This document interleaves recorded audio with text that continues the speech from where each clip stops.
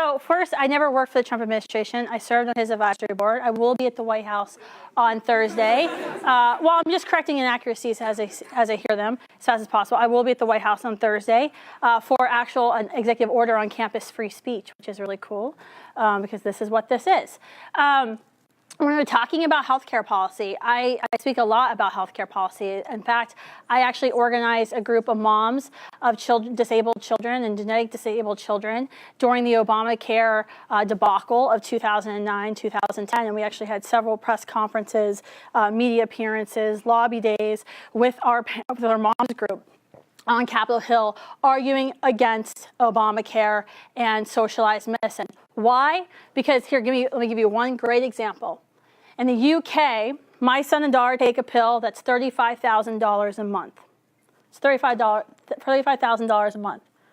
The pharmaceutical company, Vertex, which is actually based here, they have a commitment to the CF community that whatever insurances are covered, they'll cover the drug. I don't pay more than $15 a month for the drug, no matter what my insurance covers. That drug has been approved. Gunnar has actually been on the drug. It's the first drug in the history of the world that corrects a genetic defect. It's pretty freaking awesome. And then he's in the study trial for the 3rd generation right now, which is going to be 10% more effective. It's pretty awesome.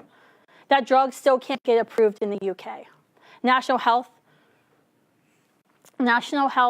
Group in the UK will not approve that drug. Why?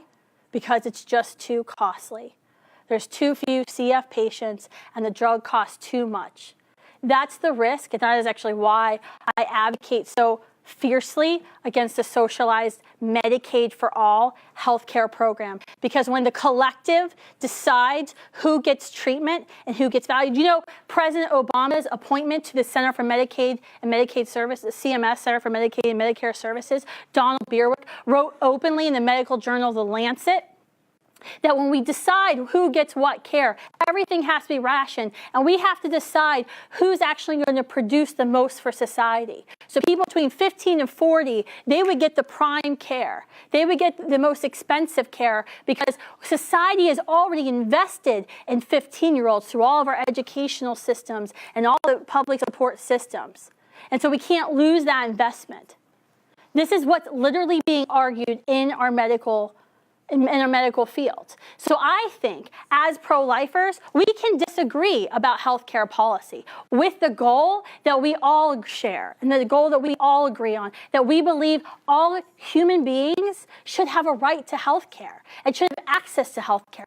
But we may have different solutions, policy solutions for how we get there. It doesn't mean you're a bad person or I'm a bad person because we may disagree on healthcare policy, but that's not what the left does in America today. Today in the left, if you're not for Medicare for all or socialized healthcare, you're an evil bastard.